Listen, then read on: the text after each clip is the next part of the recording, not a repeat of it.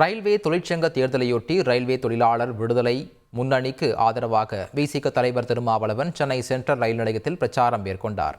அவர் பேசிக் கொண்டிருக்கும் போது மின்சாரம் துண்டிக்கப்பட்டதால் பணியில் இருந்த மின்வாரிய ஊழியர்களிடம் தொழிலாளர் விடுதலை முன்னணியினர் வாக்குவாதத்தில் ஈடுபட்டனர்.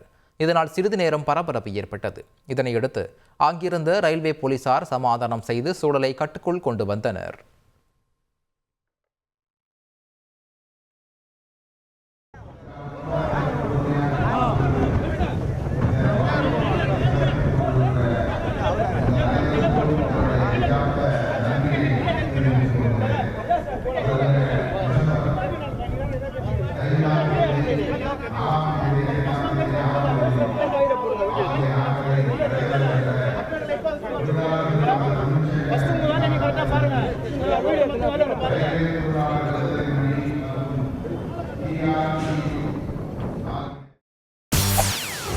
செய்திகளை உடனுக்குடன் தெரிந்து கொள்ள உடனே சப்ஸ்கிரைப் பண்ணுங்க.